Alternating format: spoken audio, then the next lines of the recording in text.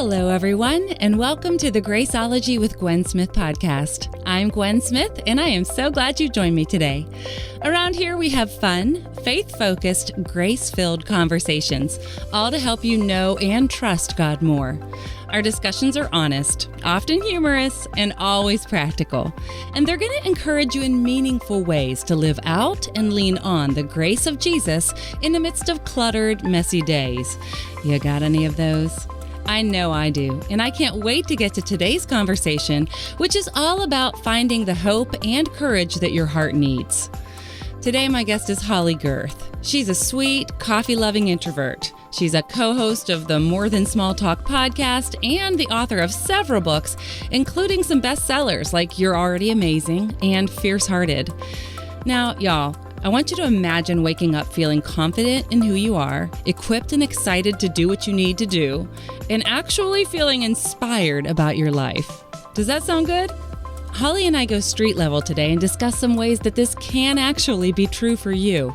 She shares what God's been teaching her about how to lean into your strengths and find the unique gifts that you have to offer.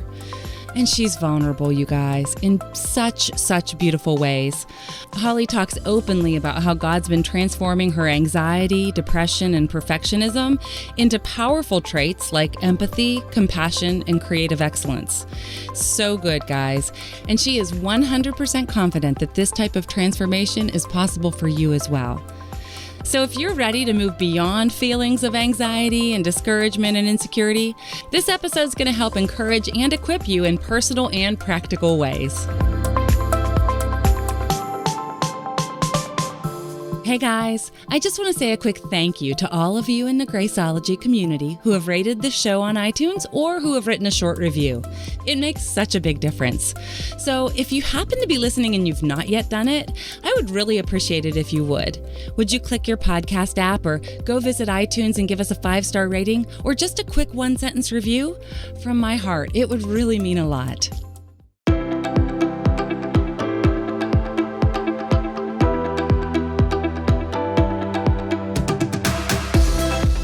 Hello, Holley Gerth. Welcome to the Graceologie podcast. I'm super excited that you're with us today.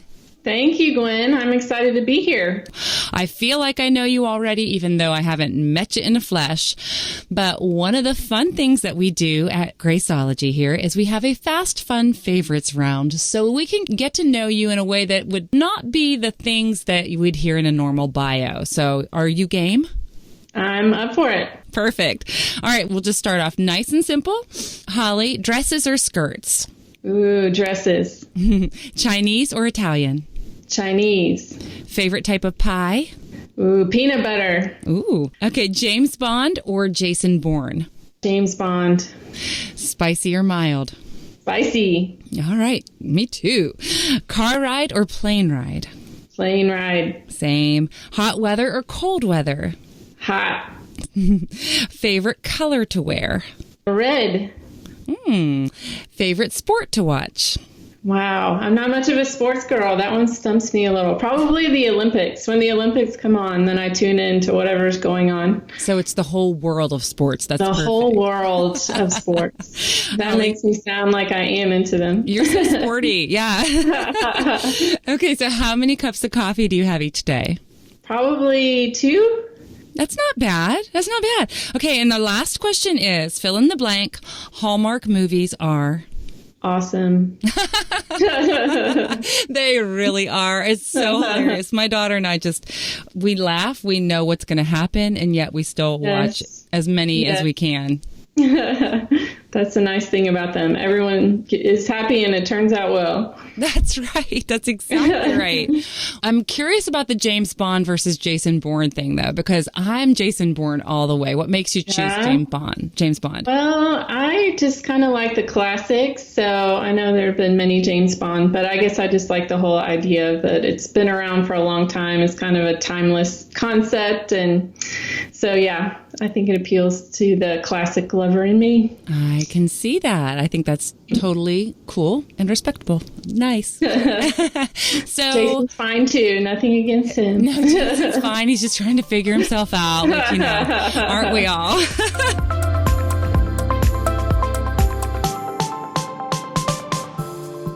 thank Covenant Eyes for sponsoring today's Graceologie episode.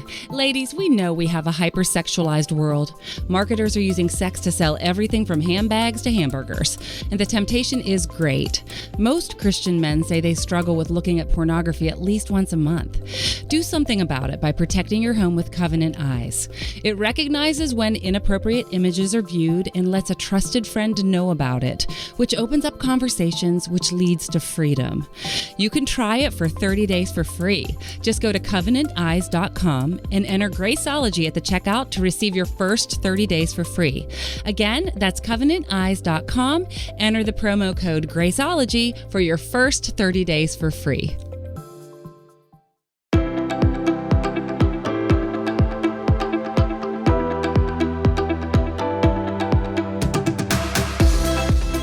So I would love on the front end of our conversation for you to just introduce yourself to our Graceologie community.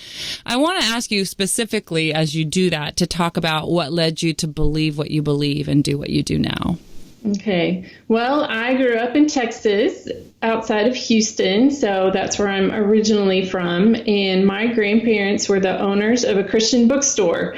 And so I was that little girl who grew up with a big stack of books in her hands almost all the time. So all my life, I dreamed of being a writer. My mama has my first book that I wrote when I was 5 years old. So as soon as I could write, I did. Wow. Yeah. And I was blessed to have a godly heritage. So that was kind of instilled in me from the beginning.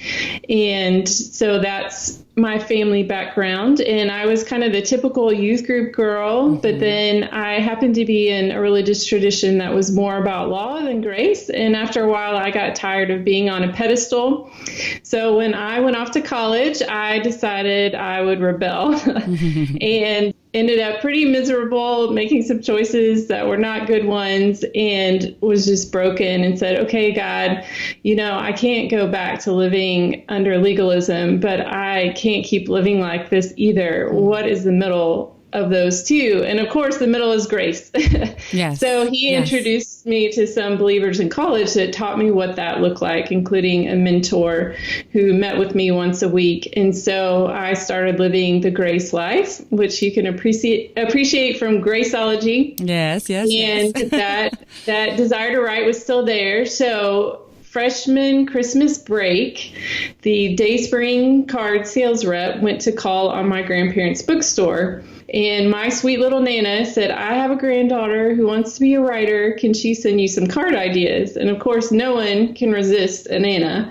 And so he said, sure, probably thinking, they'll get to send to someone else. I'll never hear about this again. Right. So I didn't realize Dayspring was like 30 minutes from where I was going to college, and I sent in ideas, and God opened the door. I didn't know they had like a 1% acceptance rate for freelance, but he opened the door, and I started writing for Dayspring when I was 19. Incredible. And eventually became an intern and then worked for them for about a decade until 2010. I still write cards for them, but around 2010, I felt like God said, it's time to transition out and write books.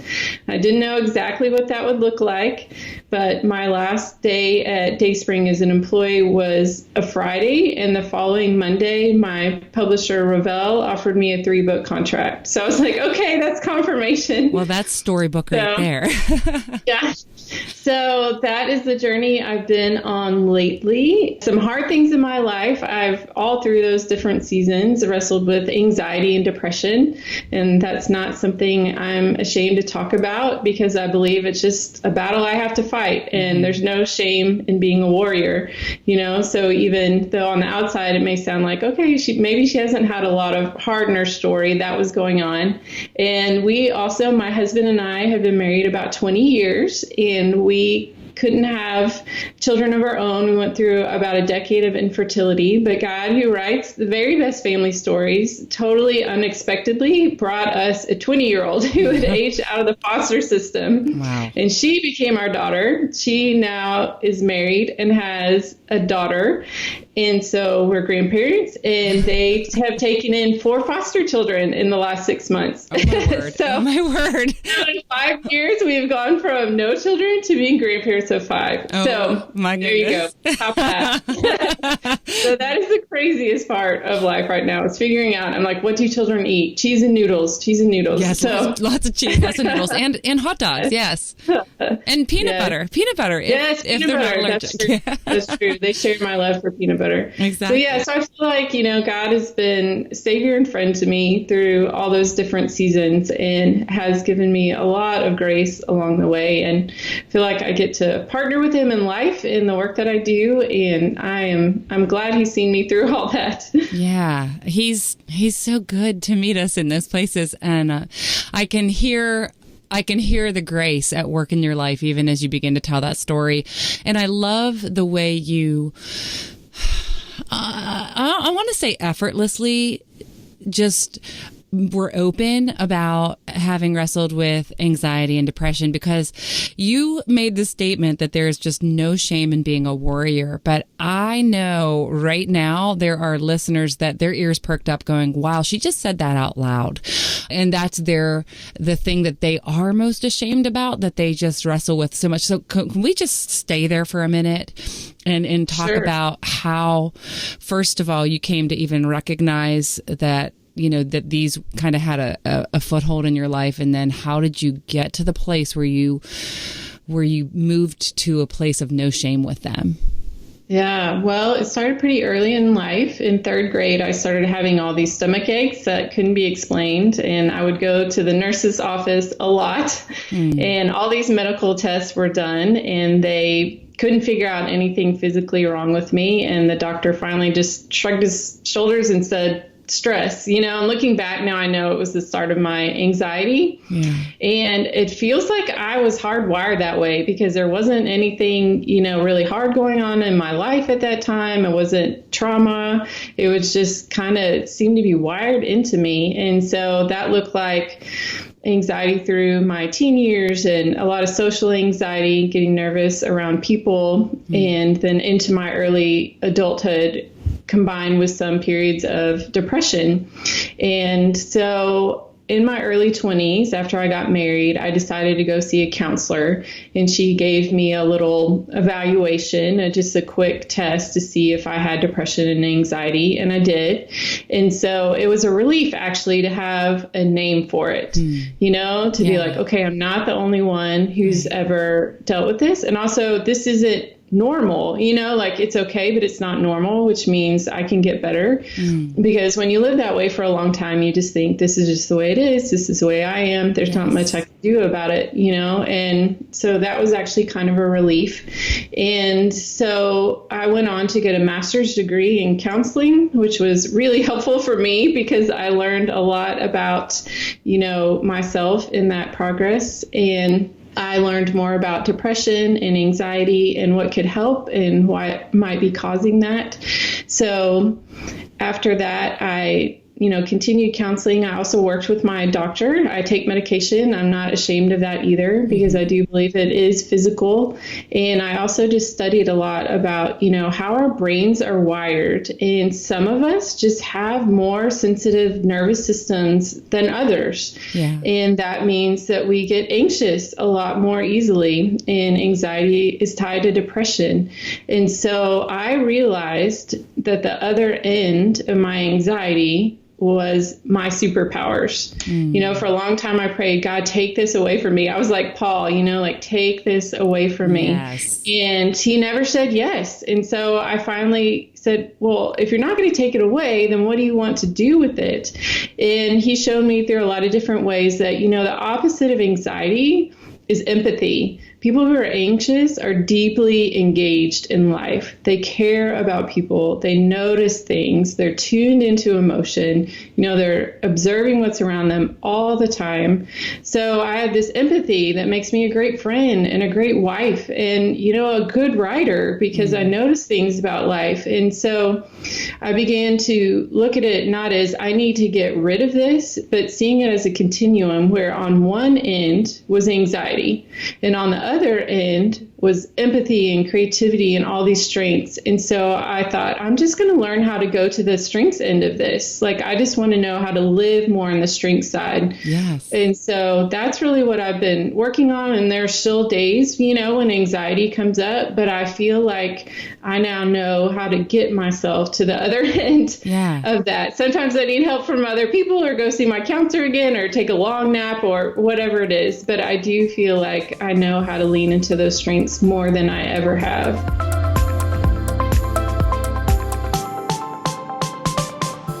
Hey guys, I host a 5-part online Bible study called The Psalm Adventure. I've had tons of questions and conversations, and I've gotten so many emails and messages asking me how you can know what God says about forgiveness and healing, and fear and depression, and finances and relationships and hope. You want to know how to connect your personal struggles to the promises of God, and you want to know what His heart for you is. And that's exactly what we explore in our Psalm Adventure, because we're going right to the source of all grace and all truth. We're going to the Bible. So I invite you to join me for my next Psalm Adventure. Each week we seek God's heart together and grow as a Graceologie community.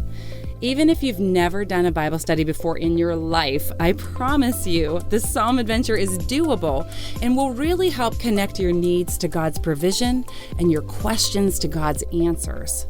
So join me and allow the Lord to restore your strength and your peace, heart, mind, and soul. Learn more about the study and register today by visiting gwensmith.net/psalmadventure. That's gwensmith.net/psalmadventure.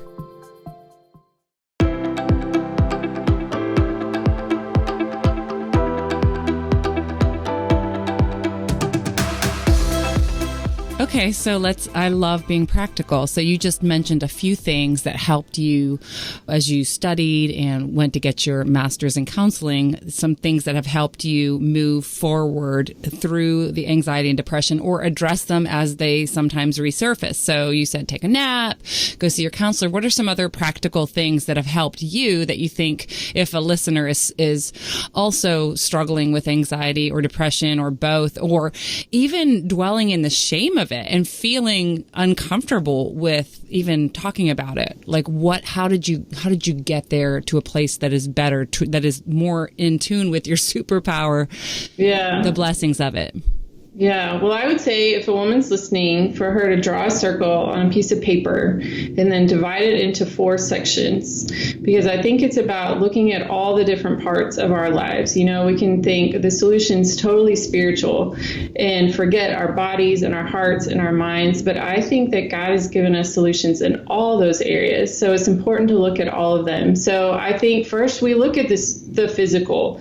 Go see your doctor and say, hey, I'm really struggling with anxiety, or I'm experiencing depression. What could be going on? Because those can be caused by, some brain imbalances, but also thyroid problems, or not enough vitamin D, or something like that, and so it's important to just find out, maybe this is just totally physical. So start there, and then notice how tired you are. Exhaustion definitely contributes to anxiety and depression. So if you're not getting enough sleep, commit to that.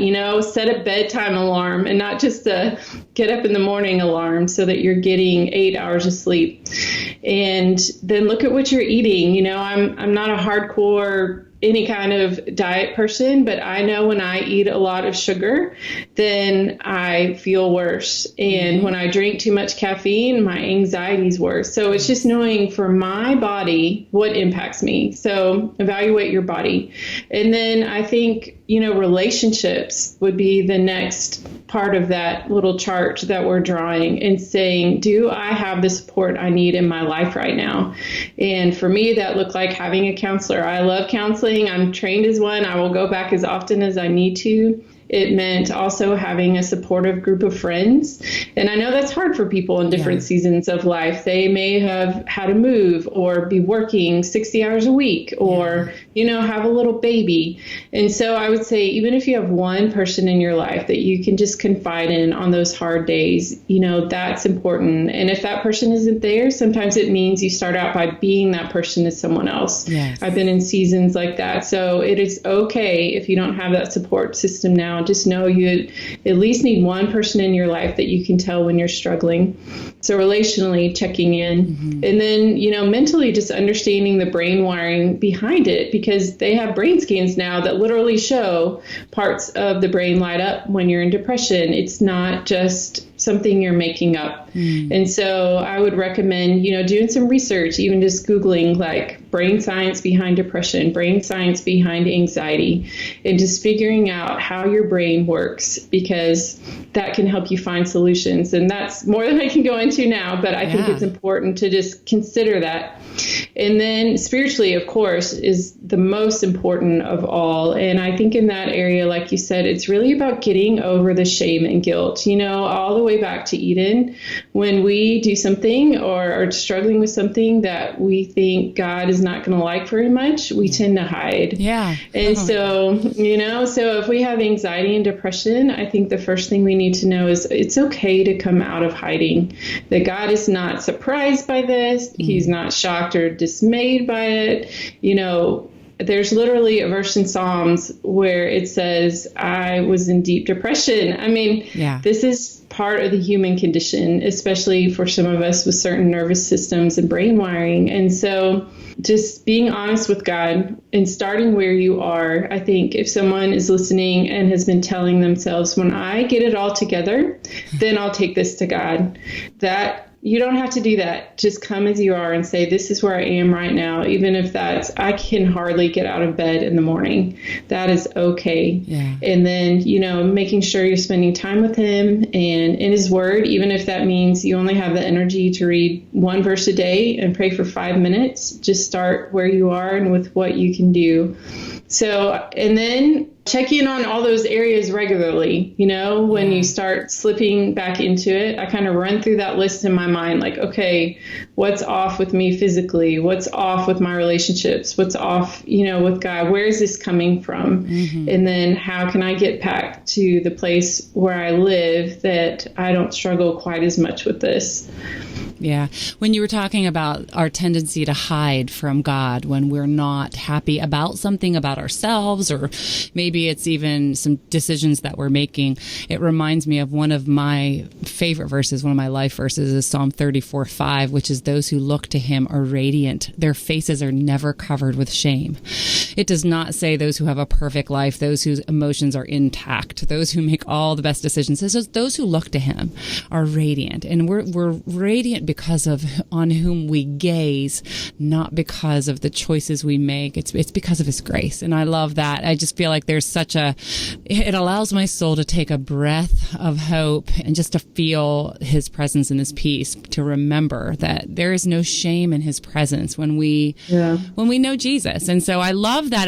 That is super helpful. I love even it's like you're drawing a wagon wheel and then you're like, circle the wagons, baby. If you're slipping, get back and visit it and check in regularly. That's terrific. I love it. I love it. I love it. One of the things that I really appreciate about your story that you tell so openly is you say that you grew up and you naturally are an introvert, and that used to be a struggle, and now you've learned to kind of flip that to the side of strength, and you even call it that superpower. So find your cape is one of your phrases. I love it. It's so fabulous, especially with all of the the superhero phenomenon that we have in today's society. But so you said on your website, you said, I'll share with you all that I've been through and everything you need to start harnessing your superpower today. Like, where did that come from? Like, talk about being an introvert. What has God taught you through that?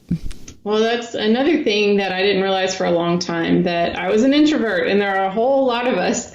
The latest numbers put us at about 50% of the population. So, which makes sense. If you're in a room, like one of every two people is feeling like you are. And I think most of us have learned to act like extroverts, even if we're not. And so we think, oh, I'm the only one who's uncomfortable making small talk at this party, or who's tired and is ready to go home, or whatever it is. And so in college, I was introduced to the Myers-Briggs personality assessment. If someone doesn't know that, it just gives you 4 letters that describe how you're wired. And the first letter is I or E for introvert or extrovert. And it was just this huge light bulb, like, Oh my gosh, I still remember exactly where I was sitting cross-legged on this gray carpet in this old building. And it was just such a life-changing moment for me to realize, okay, that explains so much about who I am. And so I still wrestled with it a lot through my late 20s and early 30s, especially as I started to have a public role as a writer.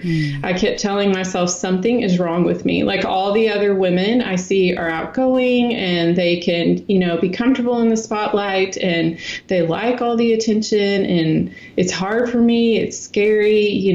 After I speak, I have to take a nap. And so I got to the point almost of burnout, and thought, I don't think I'm cut out for this. And God just kind of said, if you walk away, I'll love you anyway. But if you want to keep doing this, then I will show you how to do it a different way. And that my book, Fierce Hearted, came out of that season. But that's when I started learning to make peace with who I was as an introvert.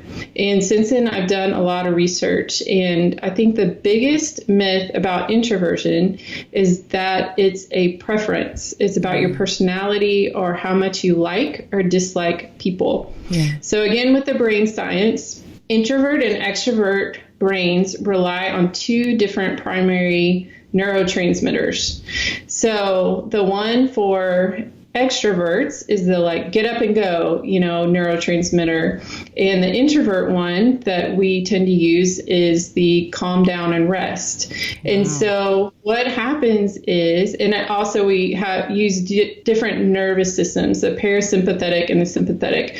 So what introversion is about, it's not about people and how much we like or dislike them. It's how much stimulation we can handle before we're exhausted. Wow. So because introverts take in everything, they can see it on, scans now. And so our buckets just get full faster. It's not that we don't like people as much or that we want to be alone all the time. It's just that we hit our done point faster. Yeah. And the way we recover is by being in solitude for a period, and then we're ready to go back out again. Yeah, that totally makes sense because I'm an extrovert. And so if you're listening and you're wondering what you are, I will put a link to a free Myers-Briggs test on the show notes. So you can go to gwensmith.net/Graceologie and find my conversation with Holley Gerth. And we will have a link to click so that you can go take your own Myers-Briggs test for free. I am an ENFP, so I am off the charts. Yay. Yeah. Playful and extroverted, but I love ENFPs. I'm an INFJ. All the assessments say our types are compatible. So. Absolutely. Yep. Exactly. We could work together and be like, okay, you go now because I'm done. I'd be like, okay. I love it. So finding your cape is really about understanding the way God uniquely wired you and moving in that capacity and understanding. I mean, you don't need to understand the science as much as but the science is awesome, as much as you understand that, listen, this is, you are made in the image and likeness of God, and he will use your unique design and personality to showcase him as we allow it. I love the question that you said you asked God when you were struggling with some of the anxiety and the depression. And it was, if you're not going to take it away, then what do you want to do with it? Yeah. I wanted to come back around to that because I think that's powerful. I think that question, if we can begin to, just like the psalmist, and I love when David wrote in Psalm 139, search me and know me, Lord, and show me any ways that basically are not according to your will, root it out in me if it's not of you. But then also there's this different layer. What you're saying is Lord, if you're not going to take this away, if you're going to allow this struggle to remain in my life, or if you're going to keep me in this marriage, if you're going to allow my kid to rebel, if you're going to keep this person in the cubicle next to me at work, whatever that looks like, if you're not going to take it away, then what do you want to do with it? It's that second part, I think, that will really help us to move in the direction of God's will for our lives, because he wants surrendered, not stubborn. Yes, absolutely. And I think, we can't change our circumstances, but we can choose our response to them. Yes. And that's not an easy thing. I mean, there's a lot of blood, sweat, and tears probably in certain situations, but I think that helps us to feel empowered, and not just I'm a victim of whatever happens to me. Instead, we can say, okay, I can still choose, even if it's really hard, even if I have some bad days, I can still choose today how I'm going to live. Absolutely. Yeah, absolutely. So that's empowering in and of itself. And I love the way the Lord is at work through you, because even the titles of your books, I love, You're Already Amazing. You are speaking life to women and coming alongside of them. And I see that as, and you have everything it takes to walk in the fullness of the Lord. It's almost like that Ephesians 1 coming to life, where you have every spiritual blessing. So it's about move in it. But I want to talk about your new book, which is just this itty bitty cute little gift book. I love it. Hope Your Heart Needs. So you begin, first of all, this is such a great it's just a small little gift book, but it would be such a good present to give a friend who's struggling, or to just have for yourself for moments of reflection. So I want to hear the story. You start off in the first excerpt. It's 52 encouraging reminders of how God cares for you, which, oh my goodness, do we need those reminders for sure. But you begin by telling a story of when your heart was restless and you had a turning point when you realized that what your heart didn't need was an answer to a problem, but what you were really looking for was a person. And you said, but I already know, I know that person is Jesus. I know it's God, but you say that there's always more to know. So tell me about that journey and what God has taught you as you sought to know him more, even in writing Hope That Your Heart Needs. Yeah, well, I was in a season where I was just having a hard time, wrestling with all the things we've talked about. And this book started out in my journal. I didn't think it would turn out to be a book. It was under the title, The Love Project. That's what I called it. Wow. And I decided every day I would just look up a name of God, because I felt like everything in life changes. I seem to change all the time. Nothing is certain, but God is. That who he is never changes. And I just needed that security and to know that I could count on his love. And so I just started doing that. But I did it for so long that I realized, oh, this is turned into a book. And I want other people to be able to read this too, because it has changed my life so much. And so, I think a relationship with God is kind of like a long marriage. I've been married almost 20 years, and in some ways I feel like I know Mark completely.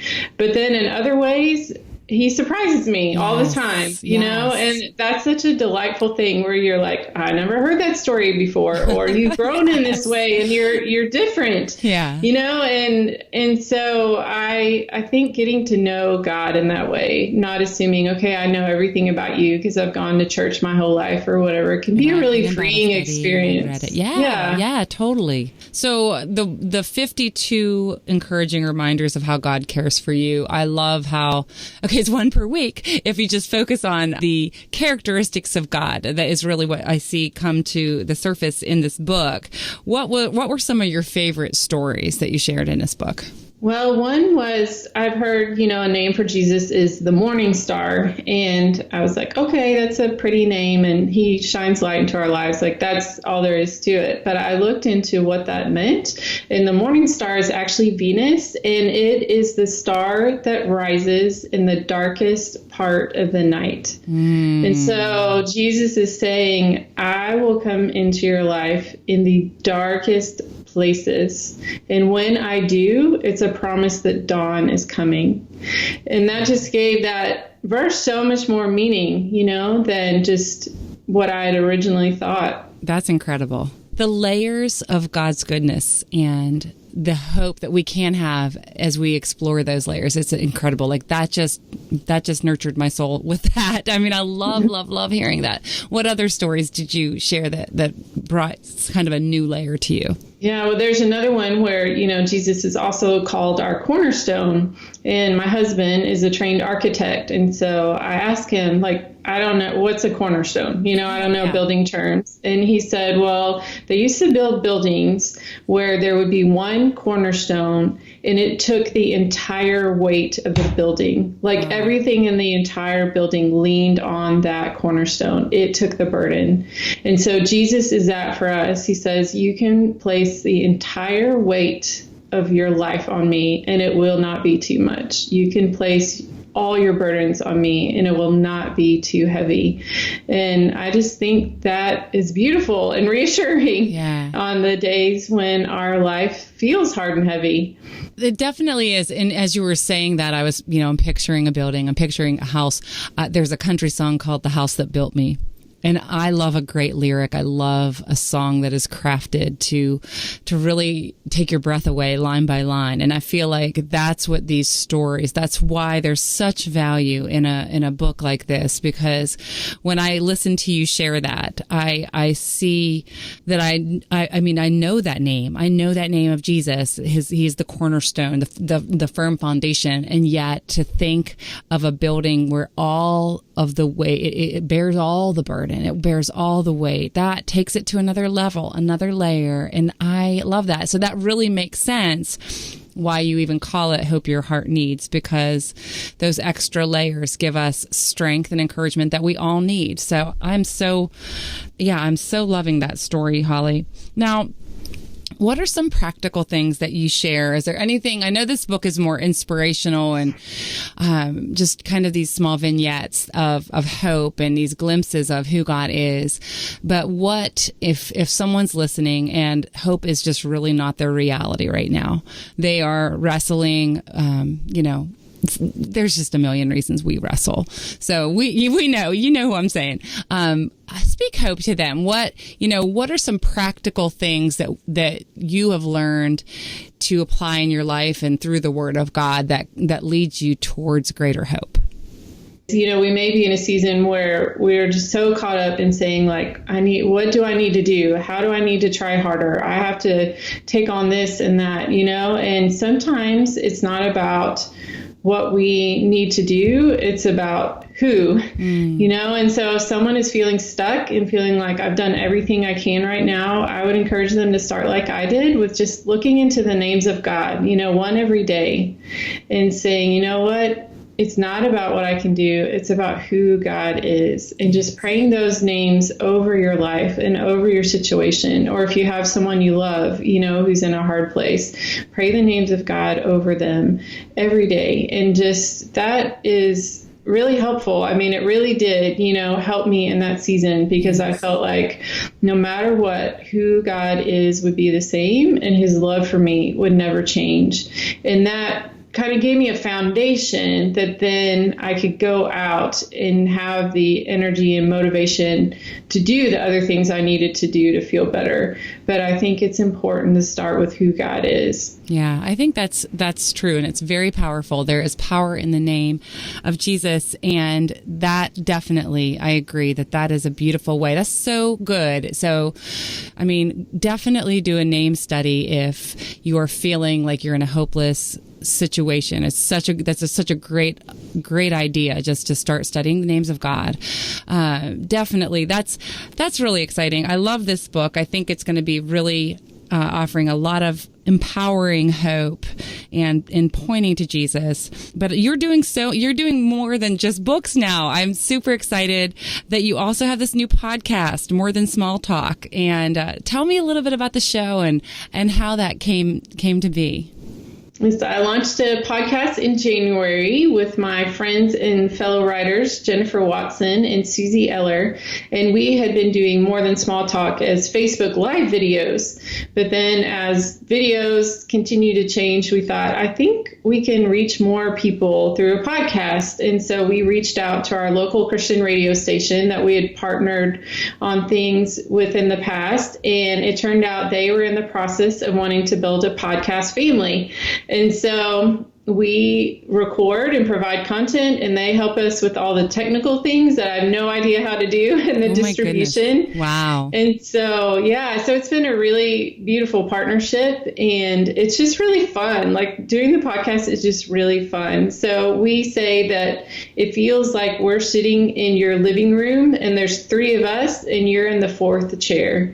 So we talk about the things that women love to talk about that we're sometimes afraid to. You know, we start every podcast with what we call a confession question. So sometimes those are silly, but sometimes they're really serious. And we say out loud what, you know, sometimes is hard or scary to say out loud, or ridiculous. Like February, we talked a lot about awkwardness, and those episodes were hilarious. So yeah, it's just inviting women into our lives in a different way. And it's been really encouraging to us too.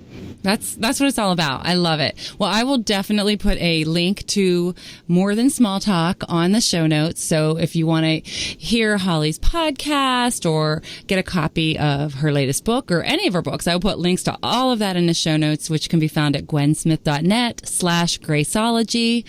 Find the episode with Holley Gerth, and we will get you connected with all of these notes, all of the things that she has shared. We'll have those on the show notes page. So Holley, thank you so much. I would love if you would just circle the wagons. Here you go again. And pray for our listeners. Some might be struggling with what we talked about on the front end, anxiety and depression. Others just needing a fresh burst of hope or companionship. So if they're in the fourth chair, can we all lay hands on them and just pray for them? Yeah, absolutely. Lord, I just thank you that you say where two or more are gathered, you're there with us. And I believe that's true, even if we're doing it virtually. So I thank you that you're with Gwen and I. You're also with every single woman listening to this podcast right now. I don't think she's listening by accident. I think that you have brought her here because you love her and you see everything about her. So I pray if there's any shame or guilt in any person listening, that you would replace that with your love and grace. If someone has been telling themselves there's something wrong with me because I'm an introvert, or there's something wrong with me because I struggle with anxiety and depression, I pray that you would just remind them that they are fearfully and wonderfully made, that every part of who they are is intentionally formed by you, and you will help them move past their struggles and embrace their God-given superpowers.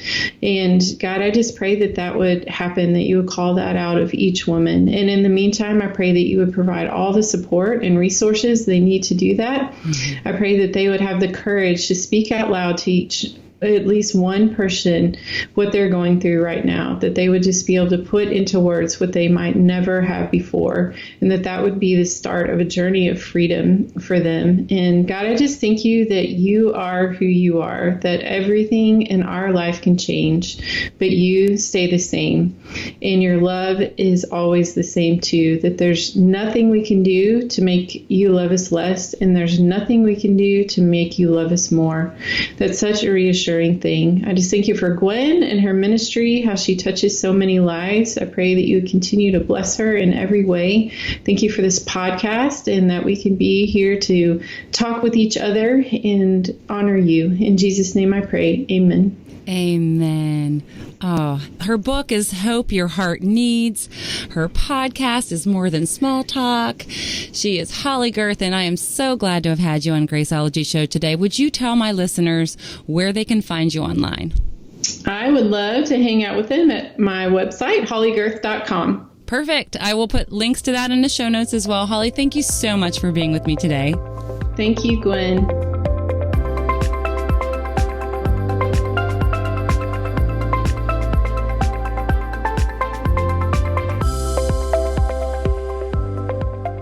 You guys, this is the kind of honest conversation we need to be having with each other. I loved today's show, and I hope you did too.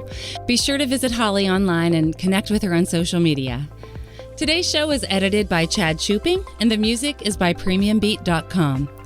If you have any questions, comments, or topic suggestions, I love hearing from you. You can send me a message directly from my website, which is gwensmith.net. As always, all the links and show notes from today's episode can be found at gwensmith.net/Graceologie.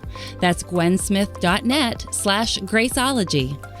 Thank you so much for joining me today. I'll be back soon with another episode, but until then, if you haven't already subscribed, please go to iTunes and subscribe to the Graceologie with Gwen Smith podcast. Y'all, subscriptions and reviews on iTunes really make a huge difference for those of us who are working hard to bring you these shows, so I would really appreciate it. And be sure to connect with me on social media, especially Instagram. I'm at Gwen Smith Music on every platform, and the podcast is at Graceologie on every platform. Now get out there and have a beautiful, grace-filled day.